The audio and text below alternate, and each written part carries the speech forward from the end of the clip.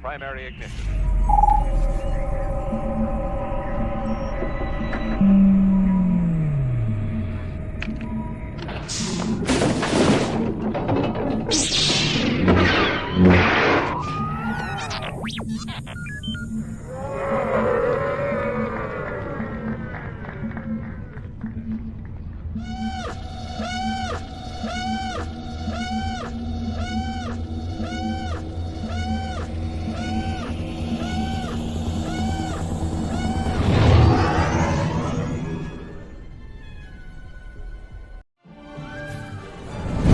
Hey everyone, how's it going? Historian Kenji here. Played Cad Bane on the Book of Boba Fett on Star Wars Disney Plus. You're watching the Virtual Cantina Network. Have fun. Welcome, citizens of the Republic, to another edition of Clone Wars Revisited, brought to you by the Virtual Cantina Network. And we are up to Season 3, Episode 21, Padawan Lost. This is a sad episode. Like this one, stresses me out. I'm not gonna lie. Like this is one of the few that I definitely remember from the season. So we're all back together again. Yeah. It's been a minute. Yeah, Mark, you got to keep working and yeah, I was off Monday. I think I Ashley do this was just to out the escape week from before. the normal life. Yeah. Well, it's almost the end of winter and the start of spring. Yeah, March is happening, which is good. I'm so in need of better weather. Although it rained today like a hurricane. Oh my God, it's freezing still on the going weekend. on. Yeah. Let me tell you something. Crazy. Mm-hmm. It rained this morning. Hi, Sherry. It blew like, I thought we were about to hear The Wizard of Oz. And So we could witch on her bike. And then all of a sudden the temperature starts dropping. And right now it's about 21 degrees outside. Ooh. Actually, it may not be that. Oh, it's only 29 right now, but it's supposed to get down to 21. Gross. A balmy 29. They've already canceled schools in some counties that are west of us where they get a little bit more mountain snow. We had some snow flurries earlier. Right now it's nada. But chilly. I had to close the barn back up. We have windows to all the stalls, so I close them in the wintertime just to keep the wind from blowing through the barn.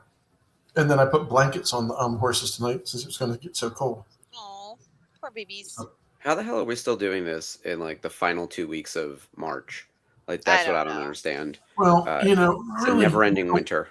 We don't break up until about the second week of April. You're still got that, I remember the first week of April back in 88, 89, something like that. I remember my mom calling me at school and telling me that the Concorde had gotten snowed in Nashville because we had 8 inches of snow and they couldn't get it out. So Hi. It's that time. Ugh. Yuck. Well, bad weather aside, this is crazy from Sherry. 73 yesterday and then snowing today. Goddamn. What the hell?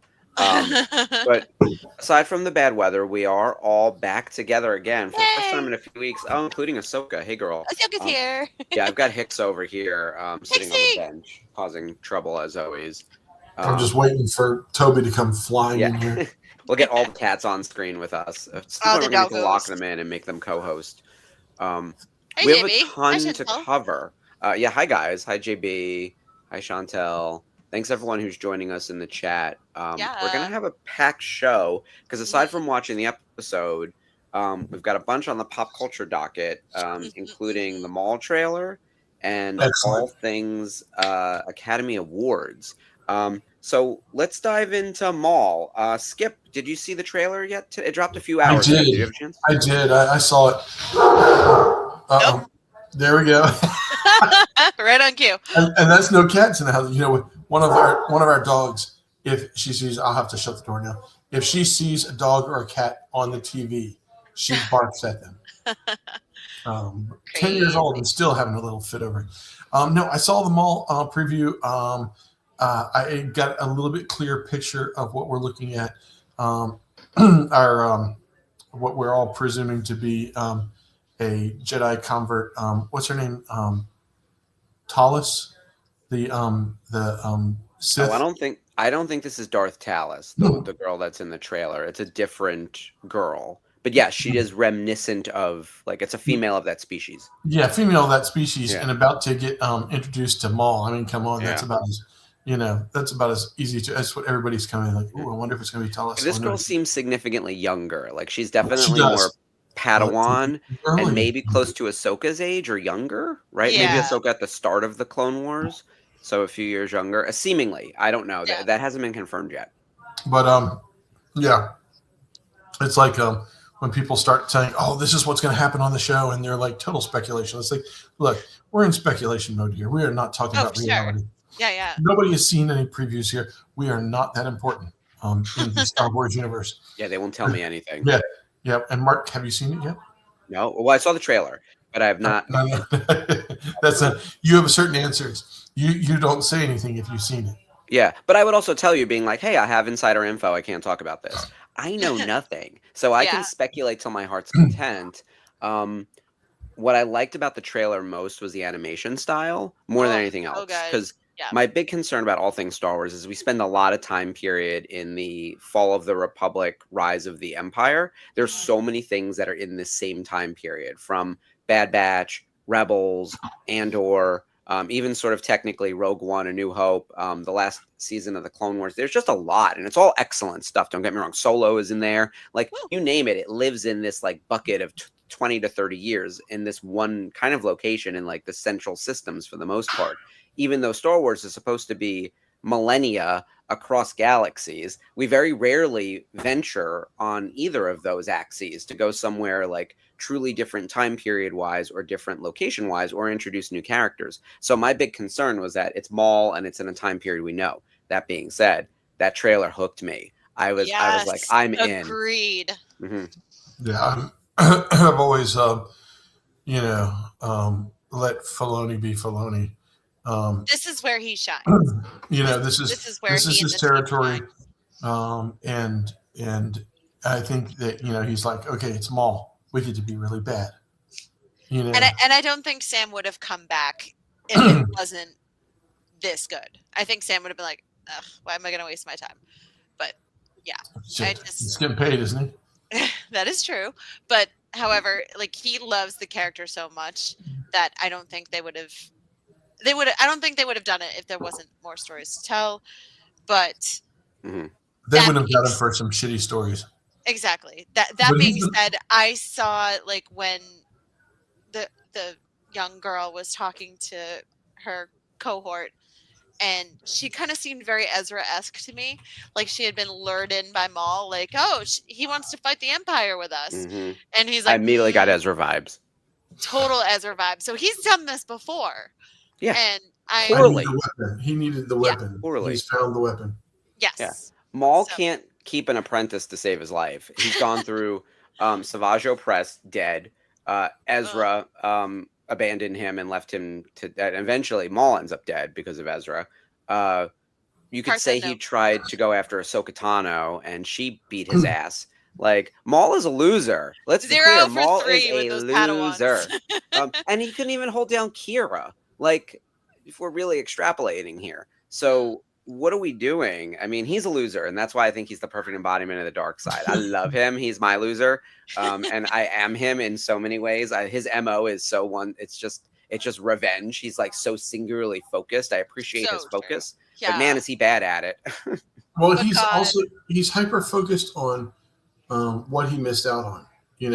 He was cued in to what his master was going to do. Mm-hmm. And so he's been sitting back watching it, and I think he's now, overly focused on what did he do. Yeah. It sounds like, though, he's ready to say, well, screw you, this is what you get for leaving me in the dark. Right. But also, like, the animation style is just amazing. I'm really curious to learn more about those soldiers and that type of armor, because we haven't seen armor like that before. So I want to know where that is. Mm-hmm. Honestly, and as Chantel says right here, that and the lightsaber through the Lucasfilm logo was awesome. Yeah, I wore my red Lucasfilm logo shirt today. I hope this is coming through. I feel like I need to get closer, but then it's getting too bright. Hold on, I'll turn off the ring light. That might actually help. There we go. So you can see the Lucasfilm. Perfect. Look at the light. Look at the way that reflects. Good grief. Oh yeah. And crazy. Chantel also mentions Merrick, and Merrick speaks. Mm-hmm. So because he's not dead yet. That's why. He will be killed and then turned into a zombie of some sort, I assume. But maybe Maul kills him and they resurrect him somehow. I was going to say we should make a bet. Do we think that Maul is going to kill Merrick and the other Inquisitor? My bet is yes, and yes. Yeah, agreed. Yeah. I'm taking that bet. Mm-hmm. What about you, Skip? What do you think? I don't know enough about Merrick to really understand that program. Nobody does. Yeah. Except for seeing him in Ahsoka, I'm hoping that if anything, we find out what Merrick is or who he was, and how he becomes Merrick. So that would be cool. I'm always good for them dropping some wisdom on us about what really happened. The leaving you hanging and hoping you guess is only fun for so long, and then it's like, just fucking tell me what happened. Hi, Lori. Along with the trailer, there is an article on StarWars.com. I'm going to read a little bit from it because I think it fills in some details that people weren't aware of. So here, I'll go through quick. I'll hit the high points. A new trailer for Star Wars Maul Shadow Lord has arrived with all the lightsaber clashing and Inquisitor fighting one would expect from the tale of a former Sith Lord with a penchant for revenge and a Jedi Padawan and her master adrift without an order. So it makes it seem, hi. Hello there. She rolls in. She goes, I got to use the printer. You're good. Jason does it all the time. He'll just print during the show. I'm like, hello, printer's right here. So they named a couple other characters, the Crow, which is the 11th brother, and Marek. They're on the prowl, chasing after Maul. We also meet Jedi Master Iko Dio Daki, and Jedi Padawan Devin Izara. So we see those two talking about Maul. Yep. And that's really important. We may share the same enemy, but we will never be. Yes, very smart. You want to align, but get ready to throw him over the top rope in the Royal Rumble before he throws you. So I didn't know he was a Jedi Master, but then I think if this is after Order 66, yeah, it's they're on the run. They're on the run. So yeah. Well, they're on a planet that's seemingly untouched by the Empire so far. They're on a planet called Janix. So, but Maul's going to attract the attention of the Empire, as proven by the trailer, right? Yeah. So we've got the Jedi Master and the Padawan. So Master Iko Dio Daki, Jedi Padawan Devin Izara. And then we have Mandalorian warrior Rook Cast, who we all know is Vanessa Marshall. Yes, our girl. And an old compatriot of Maul. So that's a team up right there already. And then we've got Zabrak brothers, Icarus and Scorn. So that's going to be cool to see some other Zabraks. We saw them with guns. At first I was like, why does Maul have a gun? I was like, oh, that's not Maul. That's another Zabrak. So another Night brother, basically. Okay, and there's going to be a 2-episode premiere on Disney Plus April 6th, and it'll run for 5 weeks, 2 episodes a week, ending on Monday, May the 4th. Check out this voice cast. Sam Witwer as Maul, Gideon Adlin as Devin Izara, that's the Jedi Padawan, the Golden Globe winner and Oscar nominee Wagner Moura. He was just at the Oscars last night. Yeah. He's playing Brander Lawson, and that's Brander Lawson. That sounds like the Imperial. Richard Ayoade as Two Boots. Let's see. Vanessa Marshall as Rokas, David W. Collins as Skybot, AJ Lacasio as Marek, and Steve Bloom as Icarus. So it's a great cast. I'm excited. And then all the usual people are involved on the production side. We've got Dave Filoni, Brad Rao, Athena Yvette Portillo. I didn't recognize Matt Michnovitz, Carrie Beck, and Josh Rhimes. So they both worked on Clone Wars and Rebels. So the crew is back. Yeah. Did I tell you guys I met Athena while we were in Japan? No, you didn't tell me that. Yeah. How'd I miss that? Where'd you meet Athena? I walked up and told her, thank you for the content. We have a podcast that watches her show all the time. Oh wait, I think you did tell me this. I didn't realize that was Athena. That's awesome.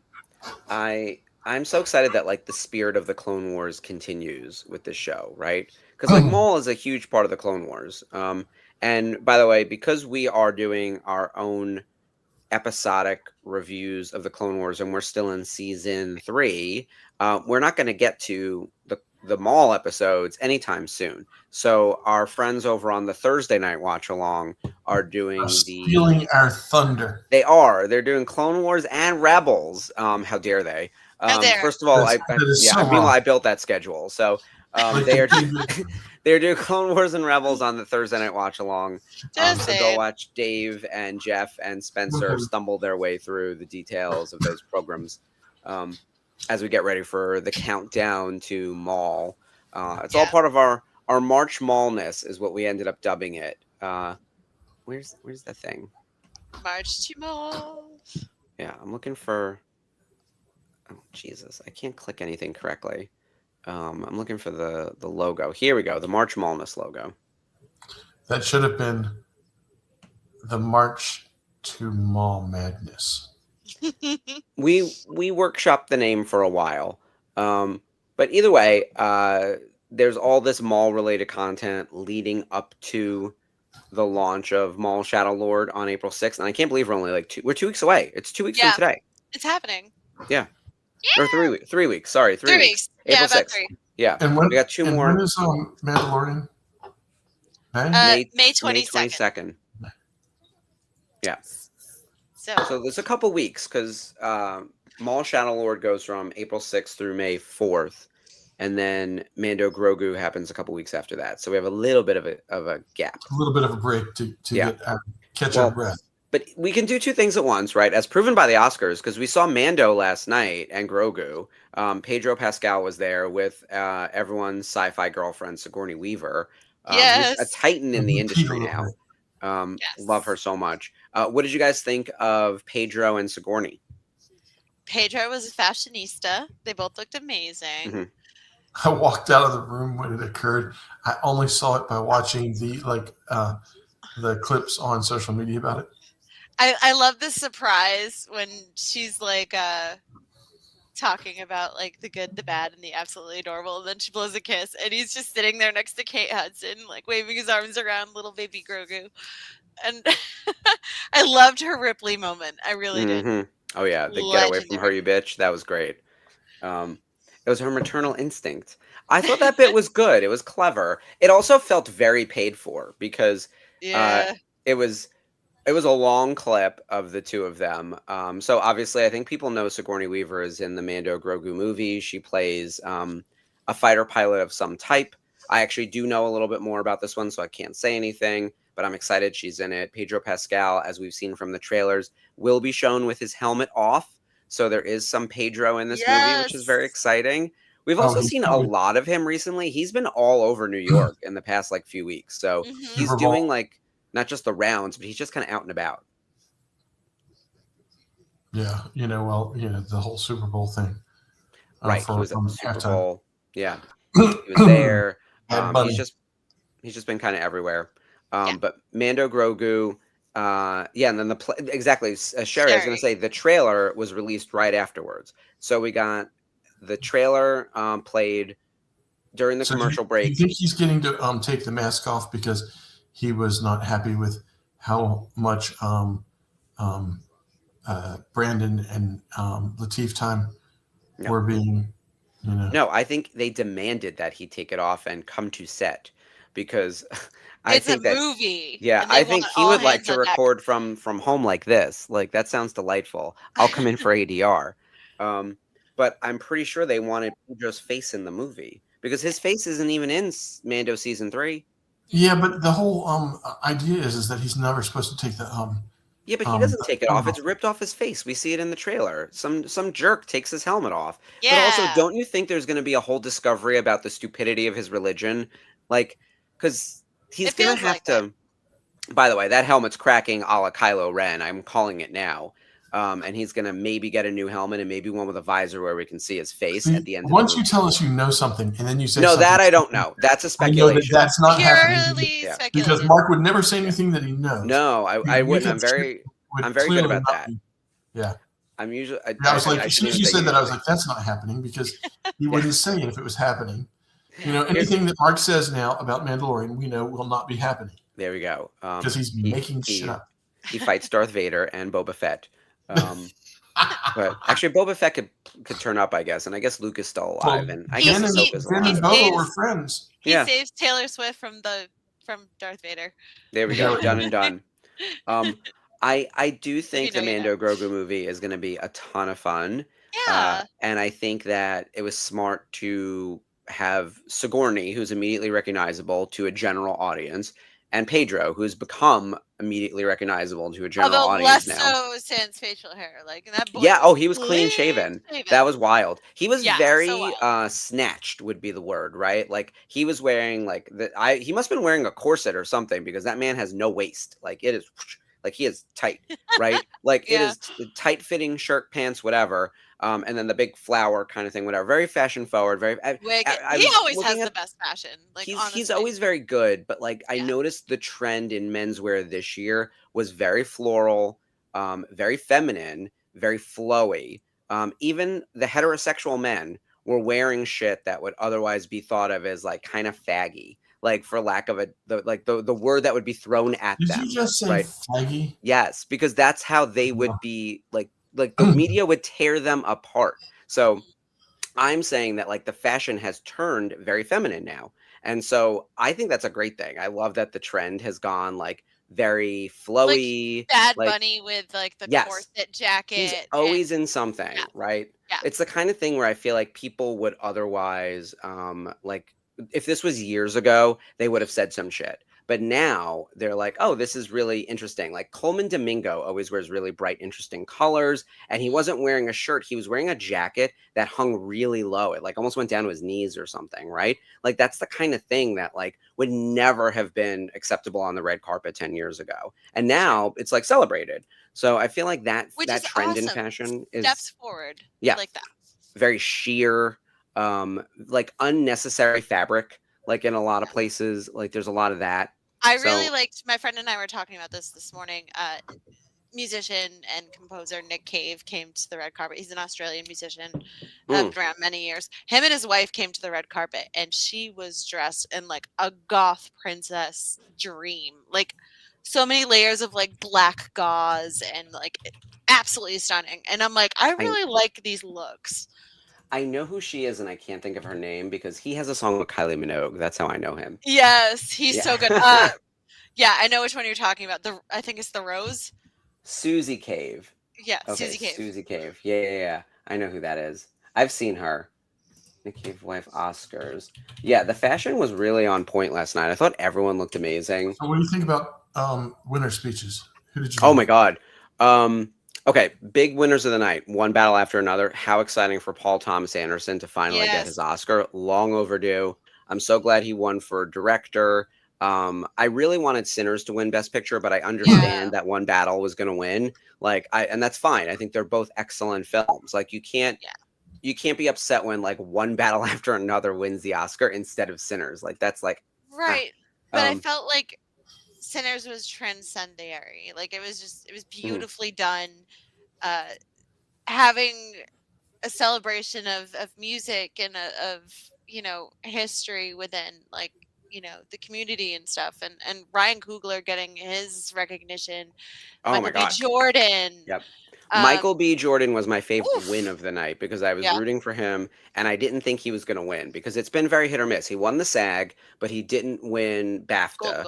Or the Golden Globe. And so the best actor race was contentious this year. Best supporting actress was very much a toss-up. Amy Madigan only won at SAG and here. She didn't win any of the others. And I was very much rooting for Amy Madigan because I love Weapons. Oh and my God, they're doing a prequel.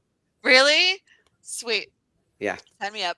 She was terrifying. I'm not going to lie. I don't know if you've seen that movie yet, Skip, but she's just Skip, you've got to go see Weapons. Oh my God. Another level so scary, this lady. And she's, You don't expect what you. It's Amy Madigan. It's Amy Madigan. I mean, like from Field of Dreams. Like, I'm gonna have to watch Sinners, but I'm not usually big into like the scary movies. Here's the thing: Weapons is not a typical horror movie. It gets really messy at the end, but it's very suspenseful. And Julia Garner keeps you hooked in, and Josh Brolin is amazing. Look, Josh Brolin's an excellent actor. Wong is in it. Yeah, we got Wong and Thanos in the same movie. So and the Silver Surfer. All of Marvel popped into this little Weapons movie accidentally. But yeah, I loved Weapons. In fact, I'd put it in my top 10 for the year. We were, I forgot to mention, I was out on Friday because it was Friday the 13th, and we went to New Jersey to do the Blairstown like site visit to see where the filming was from the original movie. We went to the campsite where they filmed the original camp scenes in Friday the 13th and all that kind of stuff. And we were talking to a bunch of people when we were there, and we were talking about our favorite movies of the year because the Oscars coming up and everything. And Weapons was on everyone's list. Sinners was on everyone's list. We're also horror fanatics too. But then Twinless was on there. And a few people were talking about Twinless. I love Twinless. That movie's not a horror movie, but it's a thriller. And I highly recommend. I did watch one of the movies of the year. F1. I was gonna say, if you handed me the list, I'd be like, F1 is the one. It won for best sound. It had 4 nominations and 1 win, so good for them. Ka-chow. Yeah, I actually I really enjoyed Michael B's acceptance speech. Me too. Oh my gosh, he did it really well.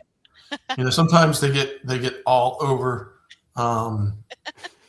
They get all over the place with their speech and trying to remember to thank everybody.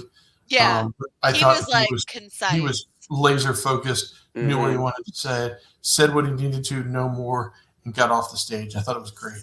He celebrated everybody who needed to be celebrated. And what about what was the burger place? In-N-Out? In-N-Out, yeah. I saw that this morning. So crazy. with his Oscar sitting on the table. I'm like, didn't go to the governor's ball, didn't go, went and got a burger at In-N-Out. Yeah. And he probably went to some kind of after party after the fact. Sure. But, for sure. Like his dad flew in from Ghana for it. Yeah. It's funny too. His mom is always there. Like he's brought her to, I think, every award show imaginable. Sure. Like I recognize his mom. That's how many times I've seen her on my television. Beautiful. She's amazing. I'm a big fan of her, along with a fan of his. I was rooting for Sinners in every category basically, and they won 4 out of the 16, which is not bad. I mean, they broke the record for nominations, but they also weren't going to win most of those. One Battle was the big winner with 6 out of their nominations, including Best Picture, Best Director, and Best Adapted Screenplay. That's the trifecta. If you get screenplay, directing, and picture, holy shit. They didn't win cinematography, interestingly enough, because that went to Sinners, which was actually a surprise. Oh, that was amazing. Yeah. But I was also very happy with, the first woman winning cinematography. That was cool. About damn time. Apparently she's worked with him multiple times. So it's the kind of thing where, and by the way, I thought their performance on stage for the song from Sinners crushed it. If it was any year other than Golden from K-pop. Copeland, hello. Yeah, that ballet dancer. Take it. It was definitely not shade. But she came out of retirement for that, so that was huge. That whole scene in the movie that's what makes that movie. I think people have used the word transcendent a few times. I've read it in reviews. There's something about that movie. It's a period piece. It's a giant metaphor, but it's also this sort of transcendent piece of art that I feel like we're going to keep coming back to. Like One Battle After Another almost feels in the moment, like it is timely, and Sinners feels timeless. But yes, Misty Copeland is incredible. Such a goddess. I was getting Instagram Reels, because I'm old, of her also in my feed, because I said her name, and then your phone hears it, and it's like, who you'd like to see, and I was like, actually, I would keep scrolling. Like, this is good. Keep happening. I didn't realize that she came out of retirement for that. Like, I'm not an expert in ballet, unlike Timothée Chalamet. So hold on, somebody's gonna help me out because I missed a joke out there, and somebody has to help me understand the joke. the girl from Devil Wears Prada. Oh, Anna Wintour. And sorry, Anne Hathaway. Yeah, Anne Hathaway. Who was the lady that was with her? Because I could. Anna Wintour. Anna Wintour from Vogue. So she's like editor-in-chief of Vogue. The editor-in-chief of Vogue. She is the reason why. I was trying to catch the humor in her looking the other direction, not looking at Emily. Yeah. Yeah, Emily. That was so funny. When she says, "Thank you, Emily." By the way, Anna Wintour isn't exactly intentionally comedic, but I think she is now old enough to be aware that other people think she's ridiculous and therefore funny. And the nice thing is, as she's gotten older, she's mellowed and has leaned into it. The Anna Wintour from 20 years ago not only would not have participated in that, she would have been furious about it. She would have panned it in every column. Exactly. Trash. The Anna Wintour of today was actually like a really good sport. And still wore her sunglasses inside because that's how she rolls. But like, look, I appreciate what she's done for fashion. Like, she's a legend in her industry. I'm not in that industry, so I don't have like an inside track or whatever, but like, it's, oh my God, there it is, Lori. Florals for Spring groundbreaking. I said that at work today. I was explaining to one of my coworkers, like a 25-year-old heterosexual man. I was like, you don't know anything about The Devil Wears Prada, but there's a sequel coming. It's actually a very good date movie. It's like you're talking about my boyfriend. Yeah. So I was explaining, and I was like, and there's like, but it's also like a highly quotable movie, especially for like gay guys and sassy women. And I was like, Florals for Spring groundbreaking. And he's like, I've seen that meme. And I was like, of course you have, because it's like highly memeable. And I was like, Anne Hathaway, are you wearing and then she's wearing whatever. And he's like, oh, I've seen that meme 1,000 times. So like, that's the kind of thing where like that movie has lived on in social media form. I was like, there's a sequel coming. I don't know what to expect from the sequel, but it's going to be something. I'm just glad that they got, what's his face back? Stanley Tucci. Yeah. All four of them are back. Yeah, and by the way, I still don't understand the conceit of this movie. Like, why did Anne Hathaway stay in fashion? Why did Emily Blunt leave the magazine and go start her own thing? Why does Miranda Priestley not remember these people? I realize that's supposed to be a shady thing, but it really looks like she has dementia. And then Stanley Tucci is still doing the same job. What's happening here? So I have so many questions. I actually think it's going to be a blast. It's going to be a girls' night out, gays' night out kind of thing. Sure. So yeah. But oh, that would have been good, Lori. That's how you land the joke. So Anna said Anna, I think Anna that would have been fun. To Anne Hathaway, yeah. Speaking of horror, Mike Flanagan posted this past Friday that it was Friday the 13th, but also day one of filming his adaptation of The Exorcist. I can't believe it. I can't. So excited. Everybody knows how much I love my Flaniverse, and we got like Raul Coley back. We got the young man from Life of Chuck. He played 8th grade middle school Chuck. He's going to be in it. Obviously, Kate Siegel, his lovely wife. Carl Lumbly. So many of his actors. Samantha Sloyan. They're all coming back to join him in this as well. And he's just finished Carrie for Amazon. So I'm wicked excited for this. And like, I had to post it to my Instagram stories immediately as soon as he posted it, and I added Tubular Bells, and then I noticed he looked at it, and I was like, Mike Flanagan just looked at my stories. But is it true that Scarlett Johansson's in this? That was the rumor, but according to like Deadline, I don't know how true that is. And Lawrence Fishburne, really? Let's see. I don't know.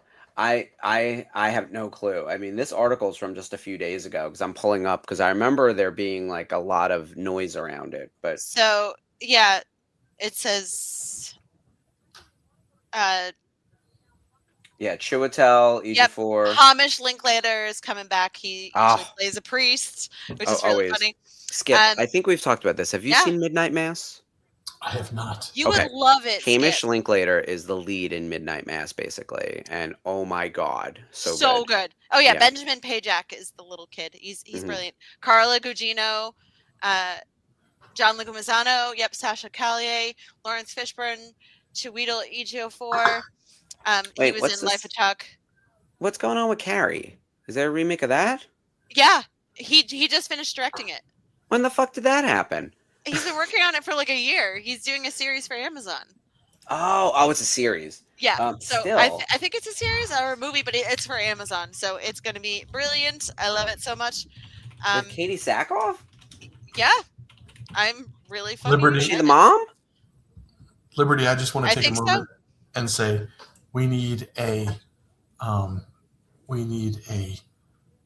do you call it? A little Zevia commercial with some sponsorship from Zevia on our show, because What is Zevia? Zevia is It's like a stevia soda. It's sorry. sweetened with stevia, and it has 0 calories, 0 coloring. Oh, and I love so that. Therefore they put the Z with the stevia, and so therefore it's called Zevia. And it comes in Sherry, Liberty. I obviously am drinking it on air all the time. Are all big fans of it. You can get it at in different grocery stores, Whole Foods. Where do you get it at, Liberty? Sherry's got it, I think, at Walmart. Yeah, they have a multi-pack at Walmart or something like that. So, yeah, that's definitely. I've seen that at Target. I saw it at Target today, actually, and I'm like, oh, that looks interesting. I might drink it, but I didn't. So. You didn't get me this time, Skip. Wait, I'm looking online now. 1, we got to get some Zevia. 2, we got to start the episode in a minute. Yeah. 3, this Carrie reboot is part of the Planiverse also. Yep. And it finished 8-episode miniseries. Yeah, and it comes out late in 2026. How the hell did I miss this? I'm so plugged in. You're usually so on top of that. I'm surprised, especially in horror. That's why you have. Yeah, I mean, horror is your theme. Yeah, I just I've heard nothing about this. You know, the 50th anniversary of Carrie is this year. He posted it on his Instagram, like all the chairs signed and everything. There's been so much news, you guys, and that's the problem now, is that there's too much of everything, and so everything gets lost. We're having a big meeting about plans for not just this Halloween, but for 2027, and it's like, how do you cut through the noise? There's so much garbage, right? So I don't know. All right, meanwhile, we've got to do this episode, so everyone get ready to watch the Clone Wars. Skip is going to tell us all about, because we're nearing the end of season 3. Can you believe it, Skip? It's crazy. We're already at episode 21. It's hard for me to believe. You know, I remember when we started this and thinking, how long will we be on this until we get to season 7? No, but it is time for me to butcher the lines. Ahsoka is captured during a battle on Felucia by a Trandoshan who aims to hunt for her sport. Ooh. Good job. You got Felucia right. And Trandoshan. Yeah. A+ Skip. Woo woo. Without humility, courage is a dangerous game. Hell yeah. All right, everyone, get ready to... I actually like that line. I love that. Queue up your Disney Plus machines to check out the Clone Wars Season 3, Episode 21, and here we go.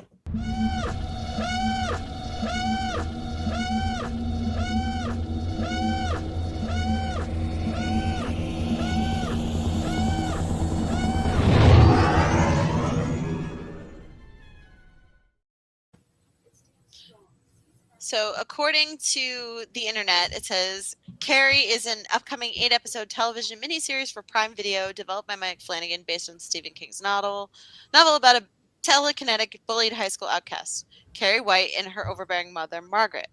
Starring Summer H. Howell as Carrie, the series expands on the original story, exploring the bullying scandal and Carrie's emerging powers after her father's death, with a cast that includes Samantha Sloyan as Margaret White, so she's playing the mother. She was the assistant to the priest in Midnight Mass. Okay. And the dance instructor, the dancing PE teacher in Life of Chuck. She's amazing. I love her to pieces. Matthew Lillard as Principal Grail. Yay. I love Matthew Lillard. Yes. And I keep up with all his news. I'm telling you, this one just slipped by me. That's rare that happens. How dare! I know. Amber Midthunder from we know her from Prey. Okay. She was awesome in Prey. As Ms. Desjardins. So she's the teacher that works with Carrie. The series is expected to be released in 2026. Sue Snell is played by Sienna Agudong, Chris Hargensen, Allison Thornton. Yeah, just really cool. I'm very excited about this. I am too now. Look, Mike Flanagan and his crew of people, including Katie Sackhoff and including Matthew Lillard, he's expanding his mafia, which I appreciate. because you can't use the same people over and over again, but you can keep bringing in people when they are correct, like Hamish Linklater. I think like he's very specific. Oh, he's been so excited to be back working with Mike. He was like, remember he posted on his Instagram, he's like, Mike, when are we working together? So I'm really excited about that. He was brilliant. I want to go whenever to I think Felucia, yeah. This is freaking cool. Oh, it's beautiful. I love this. I want to paint That's where my walls Revenge of the Sith takes place, right? Yeah. Yes, that's where what's her face? Amy Allen's character. Yeah, we all call her Amy Allen. The blue lady. Sorry. Yeah, Ayla Secura. Yeah, that's the hot blue lady, Ayla Secura, which I can't say. Why we say Amy Allen? Amy Allen. Amy Allen's It is funny. I immediately go to actor names as well. I'm the same way. And that's largely from being a Tops. Like, I just know the people more so than the characters. Do you think that James Cameron saw Felucia and then worked to create his Avatar world? Yeah. I mean, am I right? You know, of Roger very Dean. much a reflection of Avatar's homeworld. Also, he ripped off Roger Dean's artwork on the album Yes's album cover art in the 70s. So also Fern Gully. Mm-hmm. That's what that movie actually is. It's just Fern Gully with better special effects. For sure. All right, we have to regroup on Carrie. And you know how I just mentioned the Mike Flanagan Mafia. Whenever I use Mafia, I think of a few different people, and one of them that always comes to mind is actually Joss Whedon. There's actually 2 major news beats around the Joss Whedon universe that we need to cover from this past weekend as well. And I know that JB is in the chat. I did not see Sarah in there, but JB, if you want to jump in, sleeping, but they had quite the weekend. They were at Awesome Con, going to an awesome panel with the cast of Firefly. And now we've been speculating. So Ashley, you follow all these people on social media. Nathan Fillion, who played Mal, was sort of gathering the troops, as it were, including, everyone, right? Marina Baccarin, every Alan surviving Tudyk, cast member. Exactly. Every live cast member. So not necessarily live character, because we know that Alan Tudyk's character died in the Serenity movie. We don't that talk being about said. Yeah, we don't talk about Wash. The news, though, not to keep everyone dangling, is they're bringing Firefly back in animated series form. So I don't know the details yet, the number of episodes They have the studio. They have the entire cast. They have Joss Whedon's rights, as well as Fox/Disney. They have a script. Everything. They don't have a home. No network yet. So they're requesting that everybody share it, get the word out. I can't do this again. I can't. Here's the thing. So JB, I want you to type your little heart away about everything that you learned at the Awesome Con panel, so we can put it up on the screen. I have so many conflicting feelings about this, because the same weekend that they announced the Firefly animated series, is coming, they canceled the Buffy series that was already filmed, and they shot the pilot. And basically they said that Chloe Zhao isn't a fit for the Buffy Vampire Slayer universe, and that Hulu wasn't going to be moving forward. And I honestly got ready to throw a chair through a window, because how is Chloe Zhao not a fit for this universe? How is this pilot anything other than perfect? And how is some executive somewhere passing on this when every millennial girl is screaming for this to happen? I don't understand. Dumbest move. And we have Ryan Kiera Armstrong from Skeleton Crew, who was supposed to be the new Slayer. Yeah. So, I think that was part of the problem, was that, and not her, but that they were focusing on the new Slayer, and that Buffy was only a small part of it, but it would become a larger part like a Watcher. But apparently the pilot episode was all about the new generation, and then Buffy would swoop in.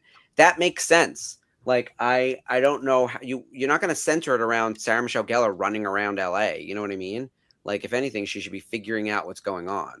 Right. So I'm very upset about this. Yeah, Sherry, the Buffy thing like really sent me for I was fucking spiraling. Like So sad.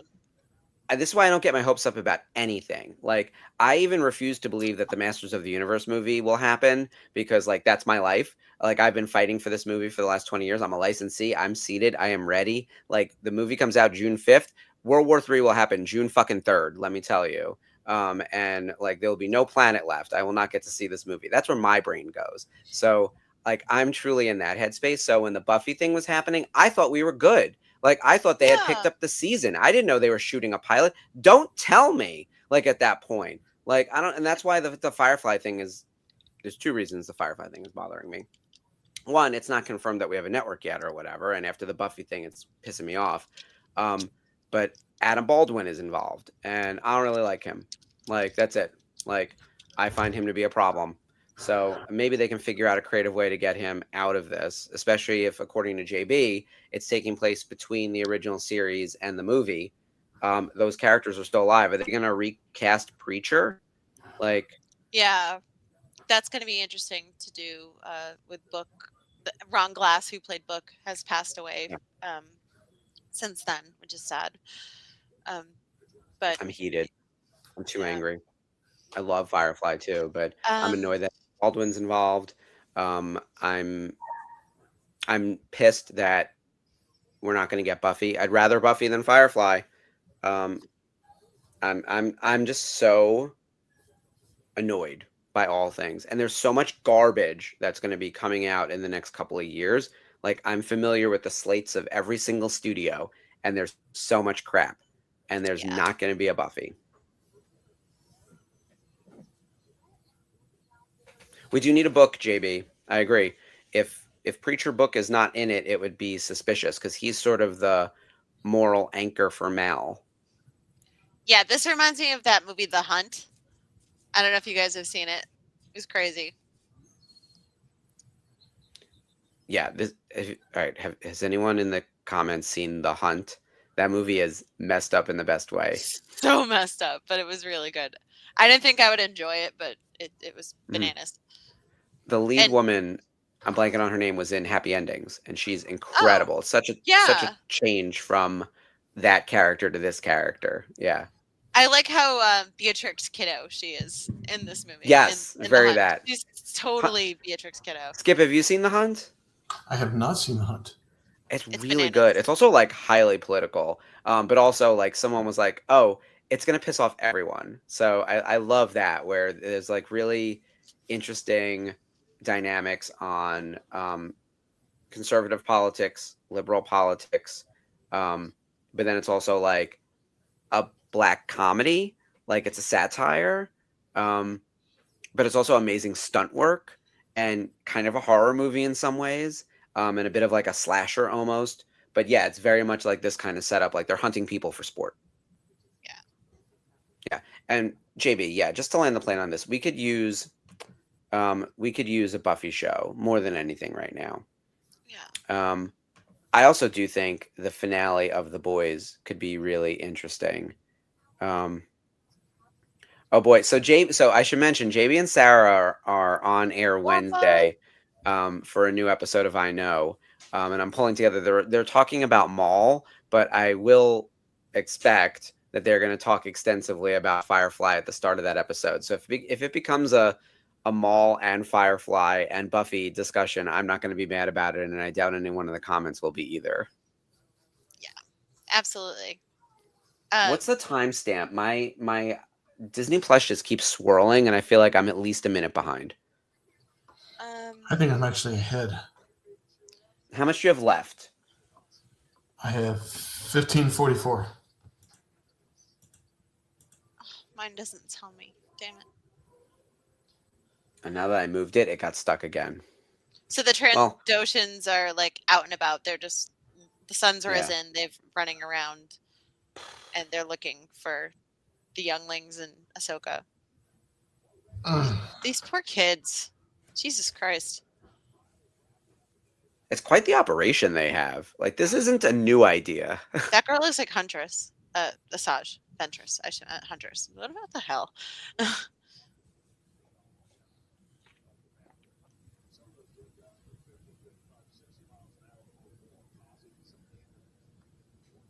Oof. Oh.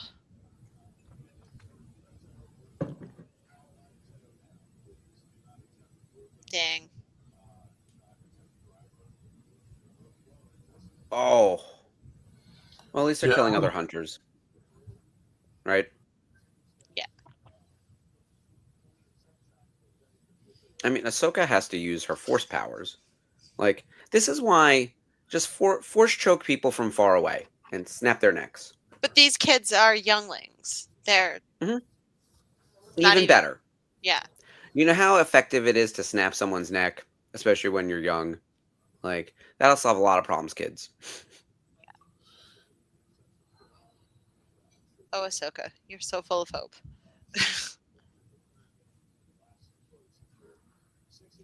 For younglings, they have every advantage.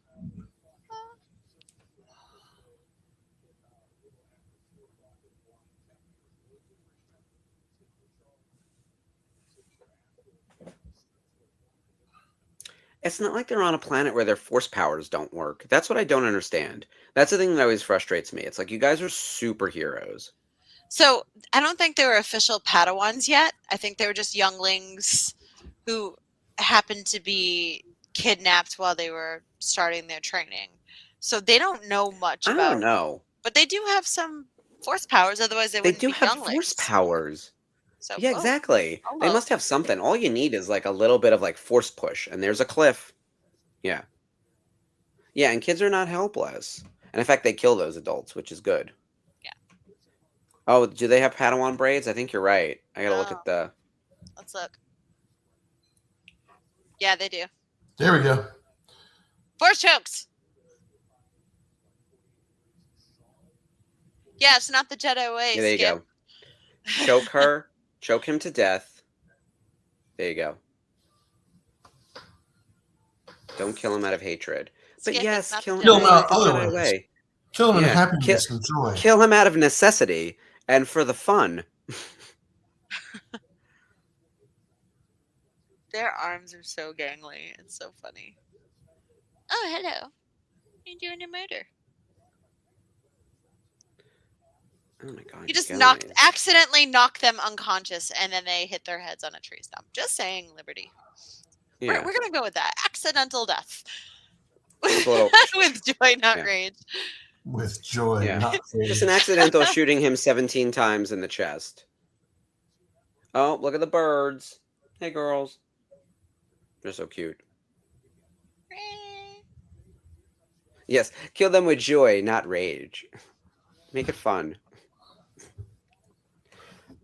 Okay, so we covered more than I wrote out a whole list of things we were going to cover, and oh man, did we end up off track. Who's surprised?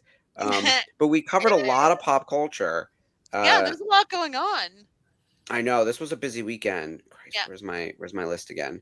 Oh yeah, also the Marvel representation. Ludwig won Best Score for Sinners. And he, of course, Ludwig Göransson, and he, of course, did the score for The Mandalorian, the TV show. He has also done the score for The Mandalorian and Grogu movie. Ooh, so it won't surprise me when that movie gets nominated for a best score for the Oscars for next year. So I'd say be on the lookout. So excited. I love his music. Like, if you watch Black Panther 1 and 2, Sinners, obviously, anything that Ryan Coogler has done, and as well as Childish Gambino, Donald Glover, Ludwig's always all over it. So I forgot that he was Donald Glover's music producer. And it just made me laugh. Yeah, I forgot, like, because I always associate him with Ryan Coogler. He's Ryan Coogler's friend from college. They met at like a party. Oh, yeah. So yeah. But there's so much overlap there because Ryan Coogler obviously directed Black Panther Wakanda Forever. He's going to do something else for Marvel. I forget what it is. What was another movie that he did where was it the horses? No, that was somebody else. I'm sorry. Is there a horses movie? I don't know. His filmography is like unmatched. It's kind of crazy. But I'm glad he has his Oscar for best original screenplay. Yeah, I'm excited to see what they do next. And Ludwig seems to be, he's our new John Williams, right? Like I don't want to come out swinging that hard, but like that man's gone 3 for 3 on winning Academy Awards. He's been nominated for Best Score 3 times, and he has won 3 times.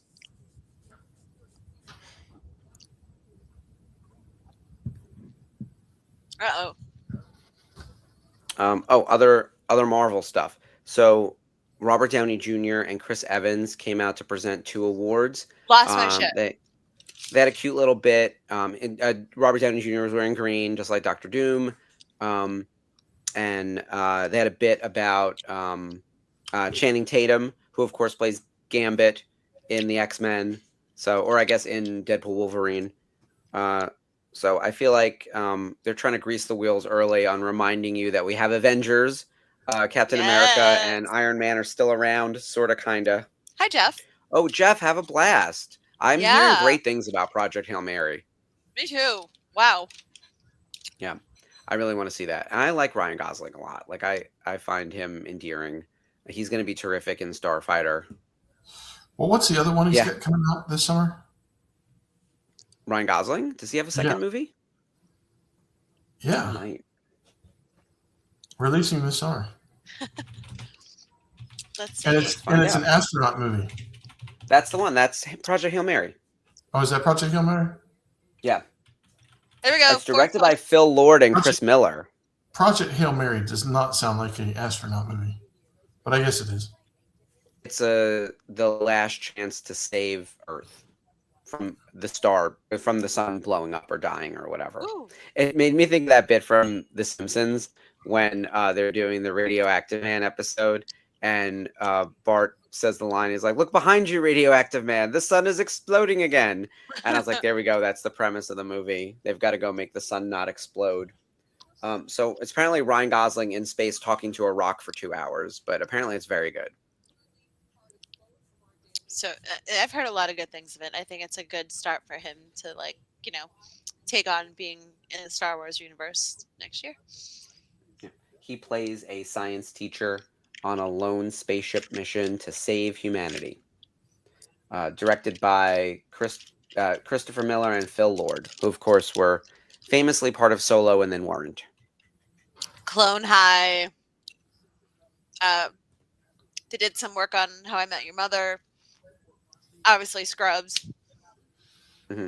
So, yeah, looks like it'll be good. I still don't understand these kids. Push him off the cliff. Like, why are we fooling around like this? Yeah, send him to his death. Oh, he did get sent to his death. Yeah. But, like, also, force push him off the cliff. Like,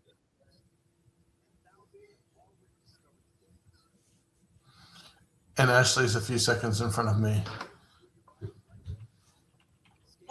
Oh no.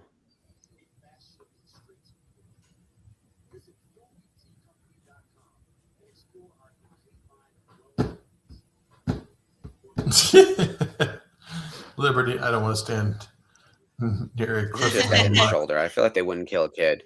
I literally can't remember. I mean, they just killed a bunch of people, so they don't really kill kids though. Hey man, what are you doing?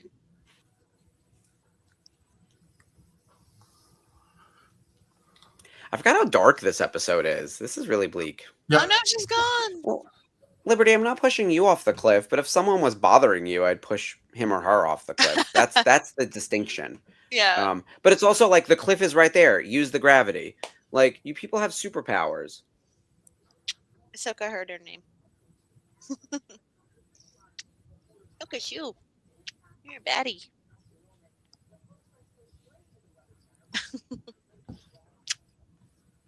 She misses me. She hasn't seen me much the last couple days because of work.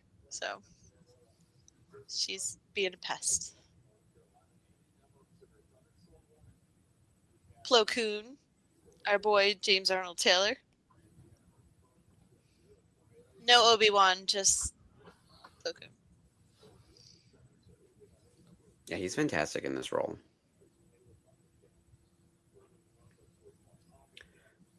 Anakin's right. No one has Ahsoka's determination.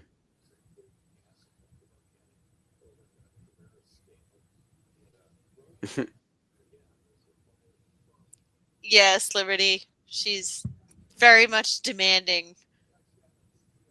My little Padawan.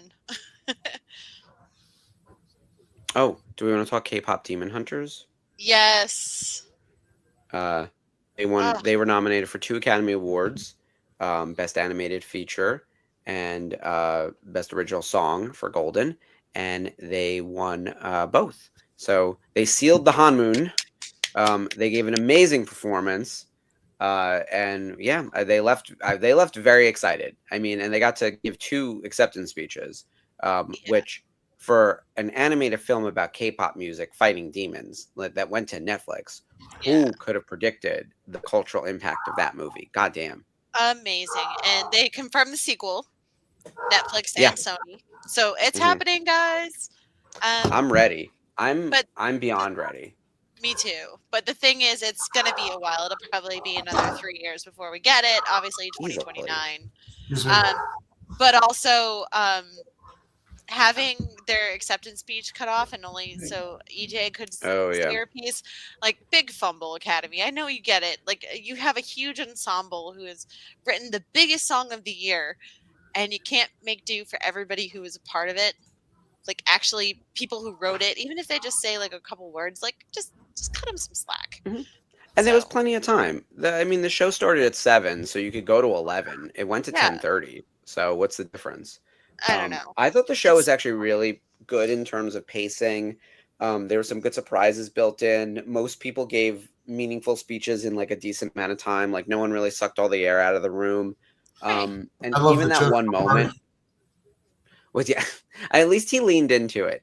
That little bit was actually, he was like, I'm self-aware. And I think that's what people want to see with celebrities, right? Like we're going to criticize you and don't fight the criticism. Like you can make fun of yourself. You're rich and famous. We're punching up. So don't take it, don't be offended. Now let's talk about the Burger King commercials. The Burger King commercials? Did you not catch the Burger King commercials? Burger King spent a shit ton of money. They finally came out and said, okay, we're losing our brand. They hired a new CEO. They opened up a way for people to tell them what they didn't like about it. People were sending in videos. You're feeding me like an infant. How do you expect me to eat like a king? The Burger King thing. They said they fired the plastic mask Burger King guy because he wasn't doing us any good. We're spending money on cheap, because one of the complaints that they were getting was old restaurants. But it was a really interesting series of commercials because it was like, we heard you. We're going to make our product better for you. This is what we're doing. And I thought it was, from a business standpoint, I was like, wow, they listened. I like that. They told their customers, come try us out because it's going to be so much better than it was before. Come try the crappy so you know when it's better. Not a fan. Not a fan.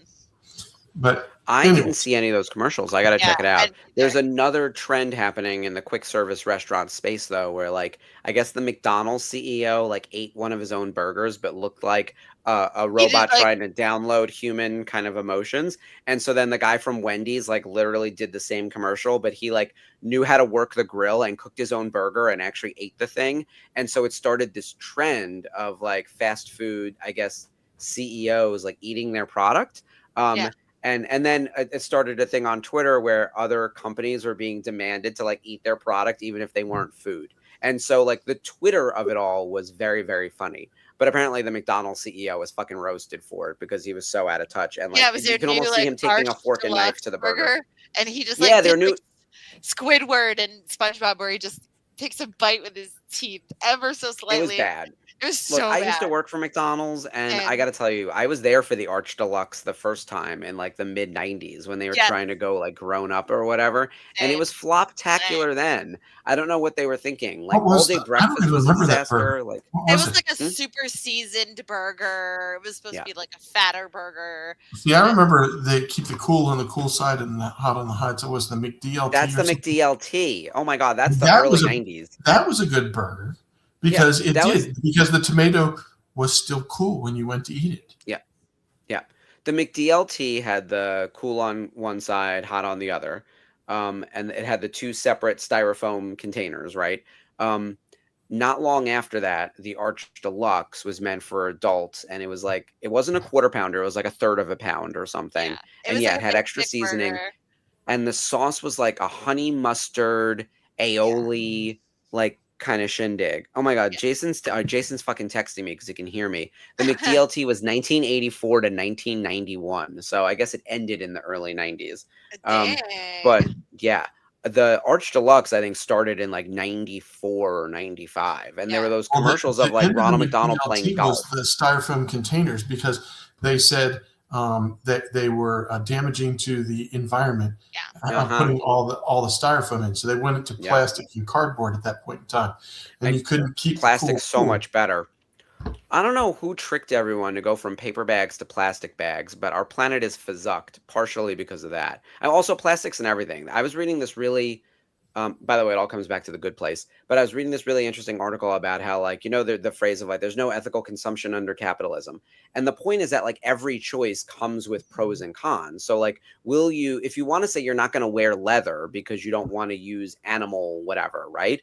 You're then swapping it for like something made of plastic, which is like infinitely worse for the environment than the leather you're getting from whatever animal leather comes from. Is it a cow? I don't even know anymore. Yeah. But like that idea of like choosing between, all right, I'm trying to make an ethical decision over here by not using an animal part, and then I end up with plastic. And by the way, we're all drowning in microplastics. That'll kill us before anything related to eating meat will. So there's no answer. And it all actually comes back to then season 3 of The Good Place, right? Where they're actually unable to make a decision that leads you down a good path because all of the options are terrible. I'm trying to take care of my health, so I eat an almond. You know how much water goes to make one almond? Like, it destroys the environment. But you don't want to eat peanuts because they're being sourced in a place where like slave labor is a thing. Like, you can't, like, there is no good answer for any of this, right? So that's sort of the point, right? But right, plant-based stuff, Liberty, if you can get it plant-based, yes. And in fact, I was talking about scalability on this. Whenever we're in San Francisco, you're able to get like corn-based plasticware, air quotes plasticware. If you're using utensils like forks and knives at a to-go place, you can get corn-based something at a local store that's only dealing with a population that comes into their store and maybe one or two others if you're a small chain. You can't put that same type of like corn-based like plastic-esque jar on a grocery store shelf because it won't last long enough. It won't even like make it from the warehouse. Like, it can only work in your little one to go kind of place, right? This is the problem. It's not scalable. So that can that like you're drinking out of, Skip, is either metal or plastic, right? Like, it's not even glass anymore, right? So we can't get to a non-plastic alternative for corn with the lasting power that it could be put into broad distribution. So you need to solve it at the local level. Oh my God, Jason's still texting me. The Arch Deluxe had Dijonnaise in it. So yeah, we're scattered everywhere. Anyway, so environmental concerns aside, what a week in the pop culture. Mall trailer, Oscars, Mando Grogu, K-pop, all this horror shit, including a Carrie series that I had no idea about. That's so exciting. Yes. So, yeah, and The Exorcist coming out. We had a pretty horror kind of episode tonight in the children being hunted and dying. Yeah. Yeah. Oh my God, they killed that kid. Yeah. They killed that kid. I fully forgot. They killed that kid, and they're all trapped in the jungle, and Ahsoka's going to have to figure a way to get through it. She's going to have to be determined. Yeah. Sure. It's seemingly hopeless. If you didn't know she was a lead character, like, you think she might have a chance of dying. Yes. But yeah. If it was a movie where, you didn't know whether the main character was going to live or die. Mm-hmm. Yeah. But. Well, I think we are right about a time. So one quick note for the week. Let me just show the schedule before we send everyone on their way, because we are in the March Mallness of it all. I want everyone to see what's coming up. We've got a new episode of I Know this Wednesday with JB and Sarah, and they're going to be talking about all things Maul. They're going to talk about how they love Darth Maul and how they hate Darth Maul, and they're also going to get into all the specifics of the Firefly panel from AwesomeCon. I was So a bad exciting. influence for them. I was like, you have to go really early, and they ended up like front row right behind the reserved area. So that's excellent. That. Highest of 5s, guys. I'm sorry it was cold. I'm so excited to hear all about it. I'm producing on Wednesday, so I'll be behind the scenes listening in. Good. And then Thursday, we've got the watch along where the boys are going to cover some Clone Wars episodes. They're doing season 7, episodes 9 through 12. We're into the Siege of Mandalore, which we've covered before, but this is like critical for Darth Maul. And then Life at Lightspeed is our weekly news roundup. They do the thing we want to do on Mondays, where they'll actually cover the news in depth, and they're they don't have to worry about watching an episode or anything. They actually get to just discuss at length. They have a great time. And then Unifying Force, they're doing the men and the myth behind Darth Maul. So I'm excited about this. And actually, before I forget, the Unifying Force did a 2.5-hour long Oscar episode last week. Oh man, they get into it. So make sure you go back and watch their episode if you haven't already seen it. Especially now that the show has happened, the ceremony has happened, you can see if they got their predictions right. I think they were mostly wrong. But that's how I am too. My ballot was pretty bad. Yeah, I don't even want to talk about my ballot. I was just like, But K-pop won, so that's good. Yeah. JB says it was chilly wait to start the morning, LOL, but thanks to the events. Oh, yeah. Thanks, guys. Welcome. Yeah, I want to hear all about it. We'll get more on Wednesday with JB and Sarah. All right. Thank you guys, as always, for tuning in. We will see you next week for a new episode of Clone Wars Revisited. And the final episode of season 3. Oh, my God, you're right. Yeah, we're in the finale. Yeah. So Citizens of the Republic. Yes. And may the Force be with you. Hey, guys. Long live the Republic. Long live the Republic. Yeah, that's what it is. That's what it is. I knew that sounded wrong. All right, good night, guys.